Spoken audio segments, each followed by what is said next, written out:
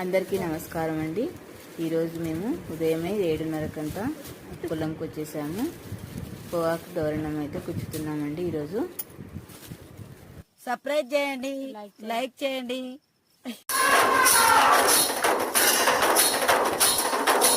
కల్లు కల్లు మనిసిరి మూవల్లి చిలుకే చేరగా, చల్లు చల్లు మని పులకింతల్లు పుడమే పాడగా. కల్లు కల్లు మనిసిరి మూవల్లి చిలుకే చేరగా, చల్లు చల్లు మని పులకింతల్లు పుడమే పాడగా. అది విల్లు ఎత్తి కరిమబ్బు వానవాడాలి